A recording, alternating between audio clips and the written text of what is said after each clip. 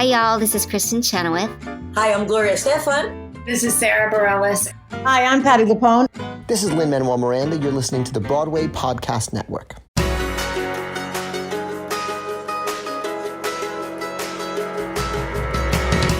Welcome back to the Theater Podcast, intimate personal conversations with the industry's biggest names. Our guest is Sierra Boggess, and this is actually the first solo episode I've had with Sierra. The original duet I had with her and her co-writer Julian Ovenden is back in episode 176, so make sure you go check that out if you haven't listened already. And you can kind of hear in my voice right now that it's a little husky. I'm getting over a cold, which I just started to get when I was recording this episode with Sierra, ironically. So my voice is even more husky in the recording itself, in the interview itself. Sierra is actually currently out in LA at the Ahmanson Theatre performing an extra special production of The Secret Garden. And I say it's special because Lucy Simon, who wrote the music for the show, recently passed away and a couple months ago. And now Sierra, the rest of the cast, they hold a special place in the show for her, for Lucy, especially because this is a production that has to deal with the afterlife in the spiritual realm. So it's a really interesting conversation, and Sierra dives into it beautifully and much more eloquently than I am now. With all of that said, please find me online, Instagram, Twitter, Facebook, TikTok, all the places. Leave a rating, leave a review wherever you're listening now. It helps. Turn to your neighbor, say, hey, neighbor, check out this podcast. It's my new fave. Now, everybody, please enjoy this episode with Sierra Boggess. Here you go. 1, 2, 3.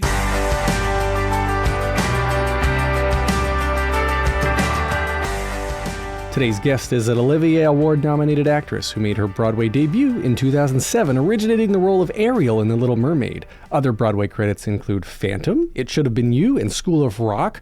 Lord Andy Webbs went on record to say she's the best Christine Daae ever, a role she began playing in the Las Vegas production of Phantom in 2006.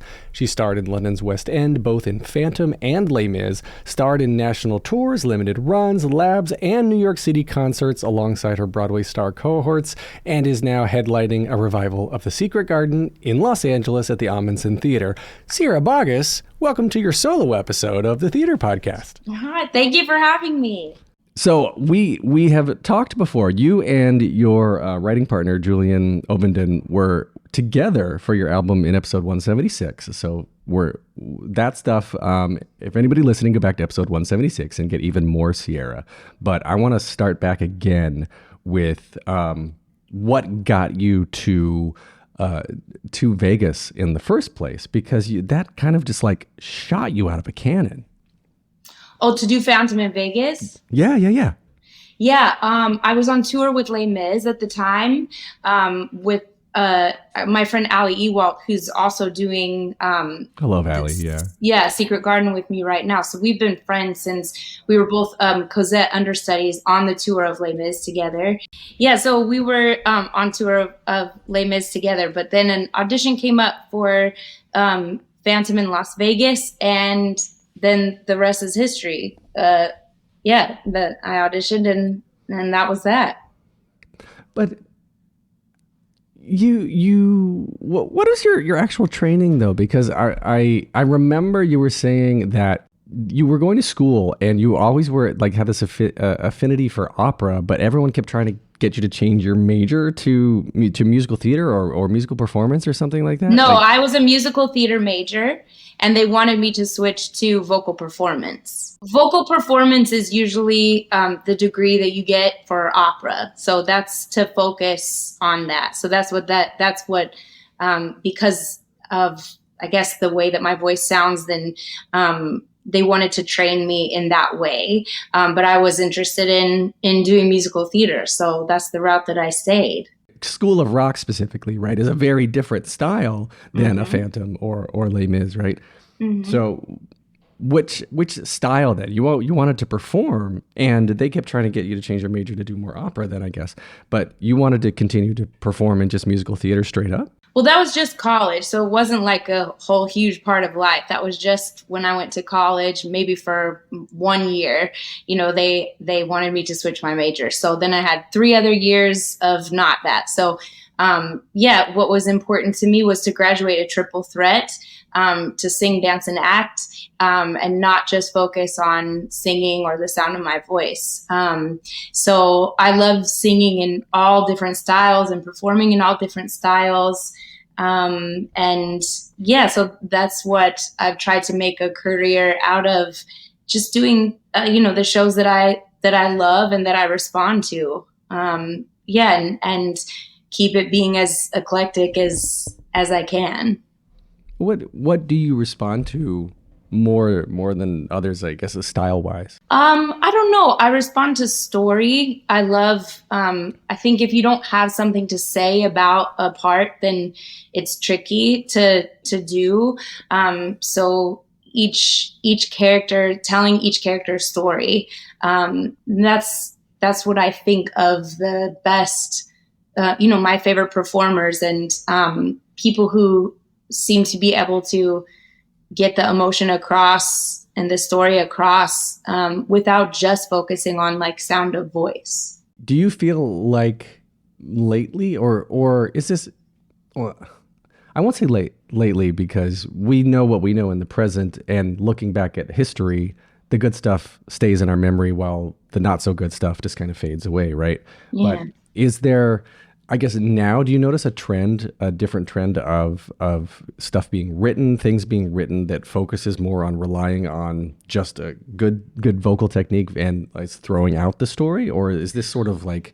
I don't think so. I think there is definitely, what's cool about what we do is that that the music moves with the times that we're in. So I think every decade, new musical theater is trying to sound like more of what we hear, more of what people who might not be versed in like musical theater would hear. So what's on the radio. And so it's really cool to be a part of an industry that is constantly changing and growing in that way. That's what I think is happening, is that the sound, that's why they call it like the golden age, because then that was the sound. And now is what we know to what we're hearing on the radio and what like kids are hearing on the radio and stuff. So it's really cool that there's options for every different kind of voice to be able to express themselves and to sing. And again, we're not in the pop world and we're not in the opera world. So what our job is as musical theater performers, I believe, is to tell stories. So through whatever voice you have, you get to tell the story through that, if that makes sense. You have to be a good storyteller first. And out of being a triple threat, is there one particular corner of that triangle that you enjoy leaning into more, or does it all come as one complete package for you? Like, does acting, or does it depend on the show even? Does the acting side, the acting corner, is that the most important, or is the singing corner? Like right now you're doing The Secret Garden out at the Ahmanson, right? So what do you lean into the most? Because that doesn't seem like a dance heavy show. No. So obviously if all those three things aren't there, then you're not going to lean into the one that isn't there, because then you'd look pretty stupid. I think leaning into the acting is the most important thing, no matter what you're doing. For example, a show like Secret Garden is really fascinating for me because the character I'm playing is dead. So I'm literally haunting a show and I don't have any words. So I have to lean into my intention. What is my need? Why am I needed here? So every time that I come on stage, it has to mean something. And sometimes I get to use my voice, and so I get to figure out, why does she get to be heard now? What need is that? So it's always, for me, I always come from a place of acting, and it comes from a place of what is my character's need in this moment. And it really helps me inform how I'm going to sing or dance. Okay, so talking about this production specifically, this has been reworked of Secret Garden, right? This has been reworked a little bit. And there was a lab of this, right, back in 2018, and actually you and Ramin Karimloo were involved in that, yeah? No, Ramin and I did a concert together 7 years ago, which was a concert at Lincoln Center, directed by Stafford Arima. And then 5 years ago, I did a lab with Warren Carlyle, and Clifton Duncan was playing Archie. And that 5 years ago was the first time that Warren became involved with this show and what he created, and this new version that we have now. And, obviously the pandemic happened and everything. So this is the first time that we're getting to bring this version, this new reimagined version.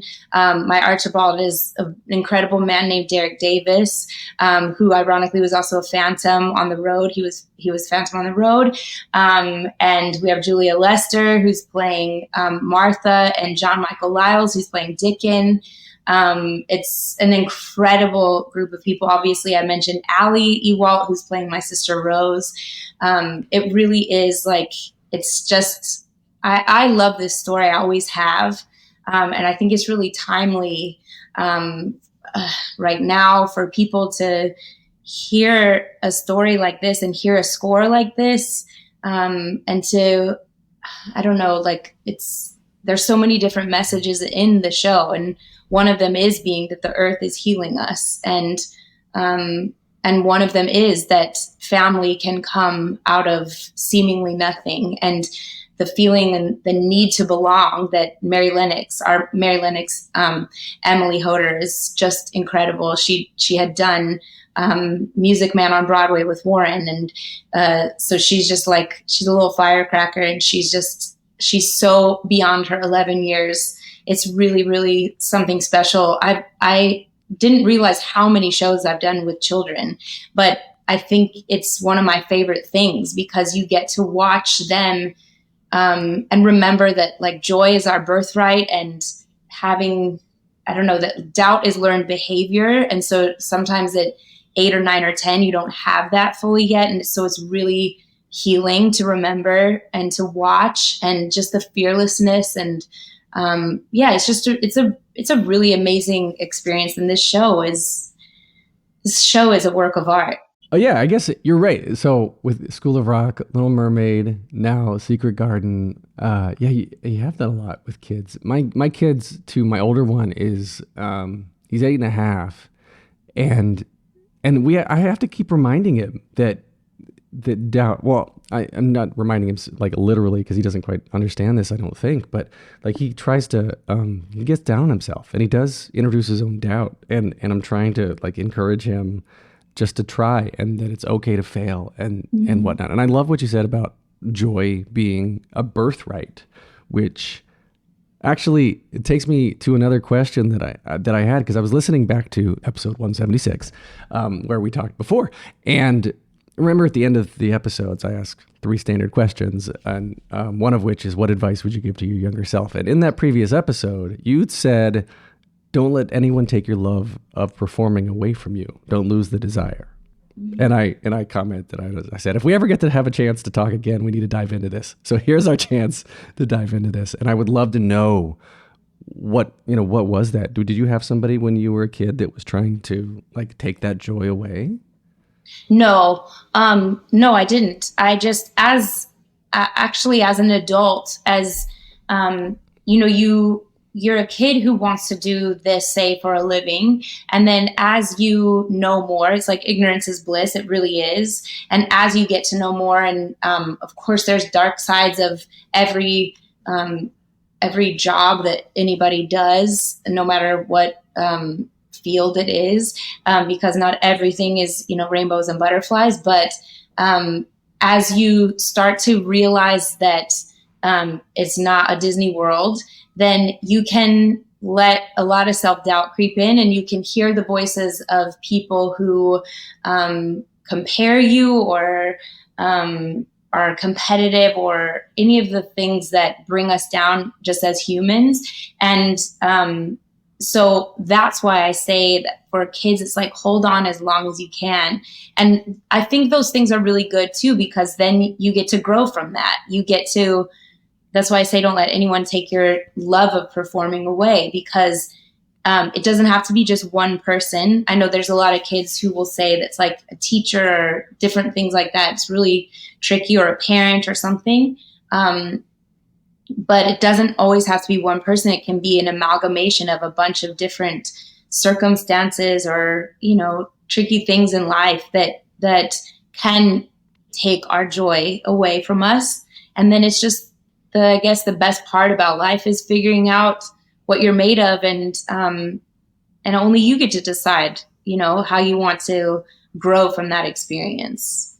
In the shows that you've done with the children that you have worked with, I guess looking at them compared to the adults in the same shows, right? If things are tough, if rehearsals are long, if scenes are hard to work through, is it typically the kids or the adults that get discouraged first?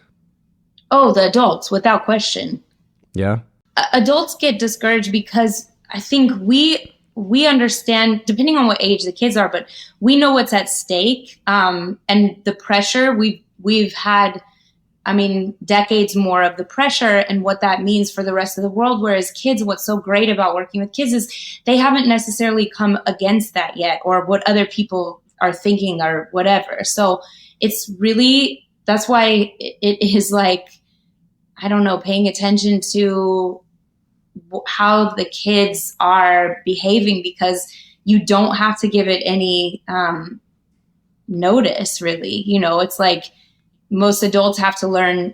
You have to learn like not to read reviews. I'm a big advocate of don't read reviews while you're in a show. If you have to, read them when you're done, but don't read, because what we've all created together in the room is so special and so magical.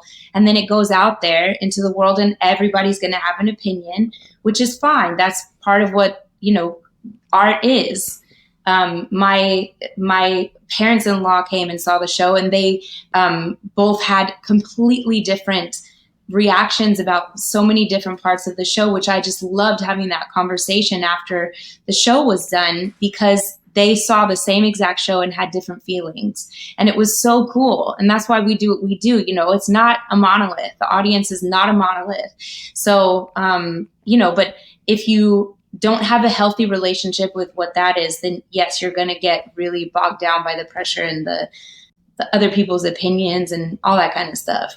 Well, how do you let that kind of slide off? Because you're very active on social media, and you like to post, and you have a big following that's very active. So where does that balance come from between, I guess, interacting with fans, right? Because it is a work to maintain a fan base.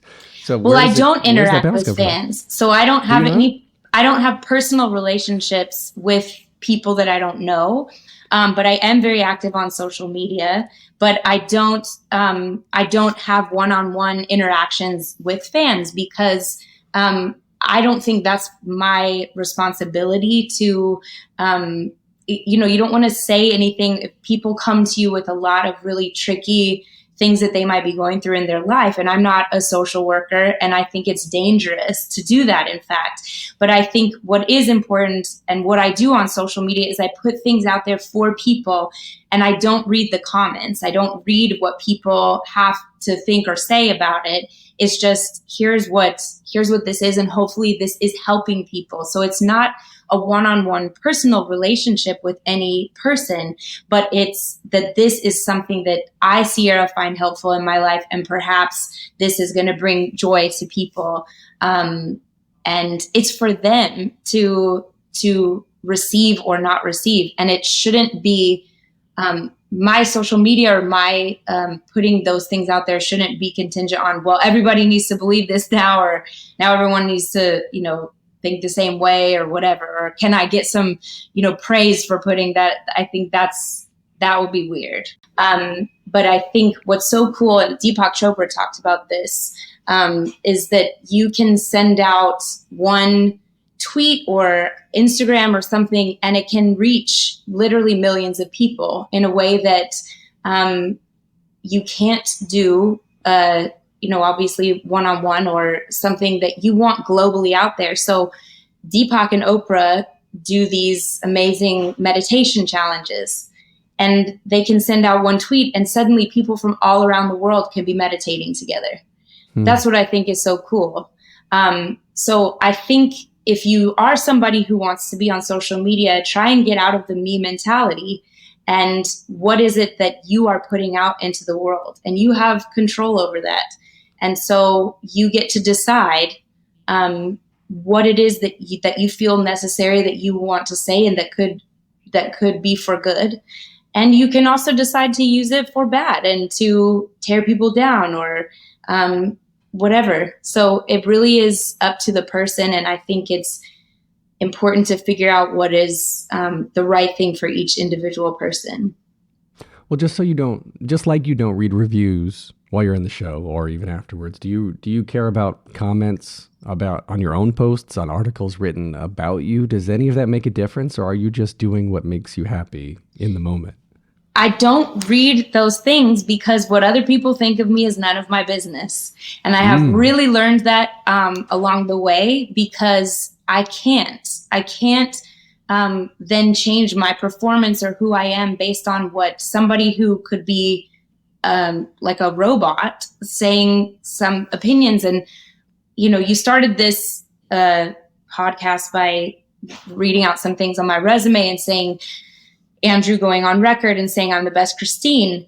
And for other people, I'm the worst Christine. For other people, I'm not even on their top 10, because it isn't one thing. So that's why we do what we do. That's why there's so many of us who get to do what we do, because there isn't one way. There isn't one answer. And if you're always seeking, and if you're posting or whatever to try and be always I'm the best one and proving that, you're not going to ever prove that, because humans have their own opinions. And that's what makes it so cool. And that's what can make also social media a very scary place too, because people can get really loud behind a screen. So that's why, again, I try not to focus on those people. I try to focus on what I can put out there. So I am in control of what I put out to the world. And just as I'm also in control of as much as I can be, of what I'm putting in, what I'm receiving. There are so many people that have so many opinions, and that you won't be able to stay away from hearing. But seeking those things out, good or bad, I think is, for me personally, isn't helpful to me as an artist. I want to shift over. Lucy Simon recently passed. I mean, you said you did some behind the scenes stuff that I helped record last year. Yeah, gosh. And said some amazingly kind and amazing words about Lucy Simon, who, of course, composed Secret Garden, which you're doing now, right? So this performance for you, as any of that she just passed, has any of that reached its way into the performance now, the show now? Because even Warren was involved with some of that as well, Warren Carlisle. Yeah, all of it has. Lucy is with me every step of the way. Lucy is Lily. She's from the other world, and she's trying to get her music out there. And one of her last texts that she wrote to me was, she literally said, I was going to ask you to carry my voice forward, when she knew she was dying. So that is my responsibility. And what's great about a company of people like we have is that it is now a shared thing, that it is our job to keep her music alive and to, I wonder, there must be a thing about being a composer that's like, what you've given to the world is your music, and it doesn't mean anything if nobody hears it. So it's become more important now than ever, especially with someone like Lucy and with the type of score that I just believe in so much, and just who she was and her spirit. She's with me. I mean, every step of the way. I have her on my shoulder. I have Rebecca Luker on my shoulder. And I have Jilly Lynn, who didn't have anything to do with our production of Secret Garden, but is also one of my angels, who I think about all the time. And so I feel the spirit world so much with us. And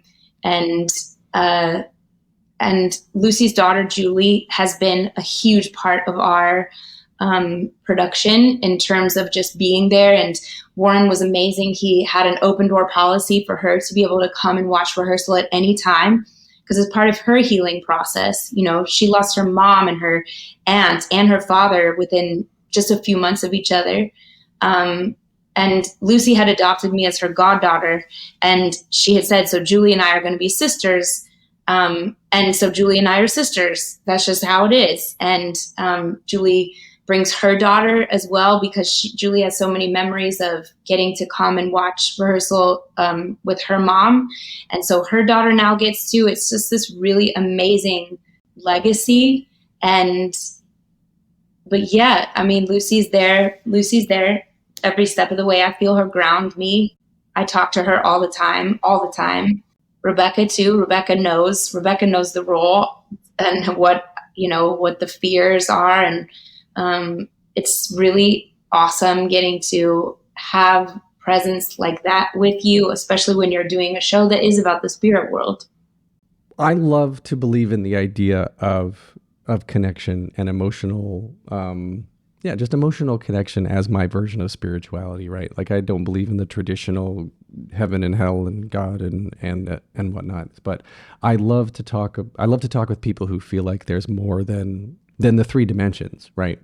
Yeah, I think it's individual. I don't think that one religion or anything should have, the full say on what this is, because I think ultimately we don't know. But I can only speak on my experience and the knowing that I personally feel that I have angels with me or spirits with me, and you can feel them at different times and they feel different. I feel my grandmother a lot during this time. I usually feel my granddad with me, but this time has been my grandmother. A lot of us in the cast have had really interesting, during this process, personal things that happened with the other realm while we've been here. It's been really cool. We have this amazing woman in our show named Yamana, who's playing the Aya, and she is an intuitive. So she has a whole business. And I think her on Instagram is like @Hinduitive. And she's amazing. She gave me a reading for opening night as my present.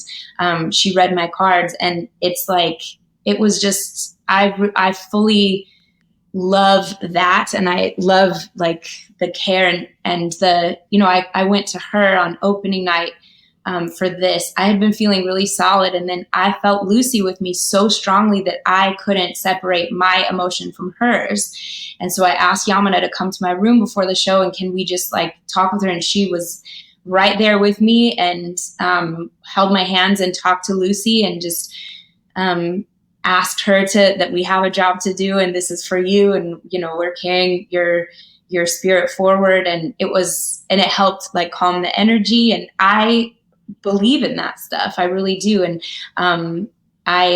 but again, nobody can say anything for sure. It's individual. And it's, I think we all have the ability to access other parts of this life that we can't necessarily see. We just have to be open to it, has been my experience. And there's been times that I've been closed off, and then there's times that I'm really open to it. And now is one of those times I'm really open to it.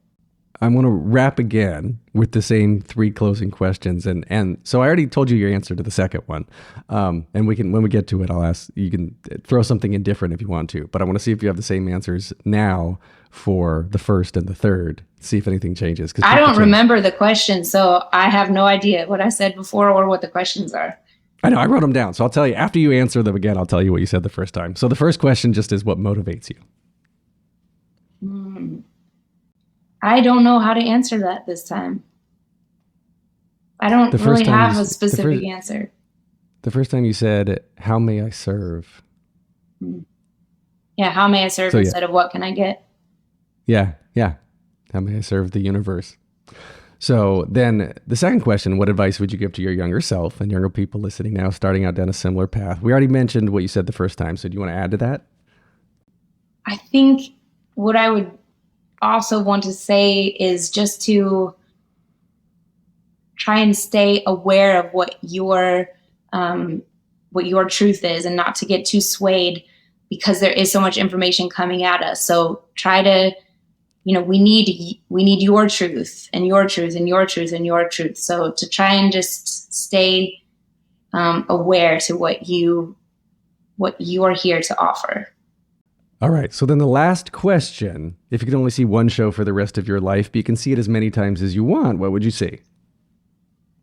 I probably said Color Purple or Aida. No. Oh, what did I say? You said anything with Barbra Streisand, probably Funny Girl or Hello Dolly. Oh, well, that's true. Yeah, Barbra Streisand at all times. So why Funny Girl, or why Color Purple or Aida now? Well, Very not now. shows. Those are also like two of just my favorite shows that are my like go-to, like when I'm in a show mood that I would listen to. So yeah, I love musical theater. I love old school musical theater. I love the musicals I grew up with. So yeah. All right, fair enough. So once again, where can we find you online? SierraBoggess.com, my website. And on the Instas, and are you on TikTok now? Are you doing that at all? Yeah, but I don't know what my name is. So I think just look Sierra Boggess and it'll show up. Fair enough. All right. I'm on Instagram, Twitter, Facebook, TikTok. Leave a rating and review where you're listening now. Thank you to Jukebox the Ghost for the intro and outro music. Make sure to go check out Sierra and Ellie Ewald and the rest of the amazing cast at the Ahmanson Theatre performing this extra special production of The Secret Garden. Thank you so much, Sierra. I've enjoyed seeing you again and break so many legs. I wish I was out there in LA to come see this because it sounds phenomenal. Thank you. Take a deep breath, make the world a little colorful.